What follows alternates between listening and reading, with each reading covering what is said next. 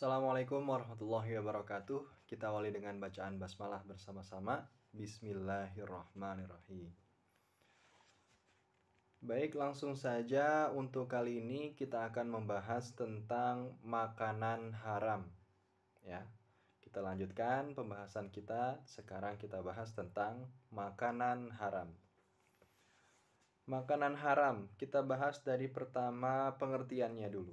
Apa yang dimaksud dengan makanan haram? Makanan haram adalah semua jenis makanan yang tidak boleh dimakan menurut ketentuan syariat Islam. Itu ya. Jadi mudah dihafalnya karena ini adalah kebalikan dari makanan halal yang telah kita bahas waktu itu ya. Kemudian hukum haramnya makanan. Nah, di sana coba kalian lihat di halaman 13. Hukum haram untuk makanan digolongkan menjadi dua macam, yaitu haram aini dan haram sababi. Haram aini adalah sesuatu yang haram karena zat atau jenis bendanya. Jadi bendanya itu sendiri yang memang haram, yang berupa najis, gitu ya. Atau yang kedua yaitu haram sababi. Haram sababi adalah sesuatu yang haram karena cara mendapatkannya menyalahi aturan agama. Nah, jadi seperti misalnya karena hasil mencuri, seperti yang telah kita bahas dulu ya, karena makanan orang lain tanpa izin, menjamret, menodong, mencopet, atau hasil-hasil penipuan yang lainnya. Nah itu, kemudian yang selanjutnya kita akan bahas tentang jenis-jenis makanan haram. Nah ini di sini yang pertama ada bangkai binatang. Nah catatannya di sini semua bangkai binatang itu haram kecuali bangkai ikan dan belalang.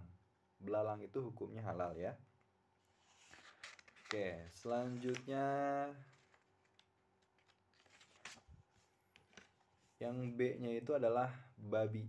Sudah jelas ya, babi itu zatnya juga haram, maka mengkonsumsi babi hukumnya haram. Sudah jelas ya keharamannya. Kalian bisa baca di situ, ada di dalam Al-Baqarah ayat 173. Nah, bisa dilihat ya. Bismillahirrahmanirrahim. Innama harrama 'alaikumul maitata waddama wa lahmal khinziri wa ma uhilla bihi li ghairillah faman idturra ghaira baghin wala 'adin fala ithma 'alaihi innallaha ghafurur rahim. Nah, ini penting sekali ya, di ayat ini dihafalkan. Al-Baqarah ayat 173. Nah, di situ kalian bisa baca artinya, ada hal-hal yang diharamkan. Di antaranya adalah tadi termasuk daging babi. Selanjutnya yang C adalah darah. Nah, darah ini hukumnya haram ya, tidak boleh dimakan, tidak boleh dikonsumsi. Nah, jadi kalau dulu ada yang namanya marus ya. Marus itu darah yang dibekukan. Nah, nanti darah yang dibekukan itu kemudian digoreng. Nah, ini hukumnya haram, tidak boleh kita mengkonsumsi darah. Selanjutnya benda yang membahayakan. Nah, setiap benda yang membahayakan itu juga diharamkan oleh Allah Subhanahu wa taala. Nah, sudah jelas ya, benda barang membahayakan misalnya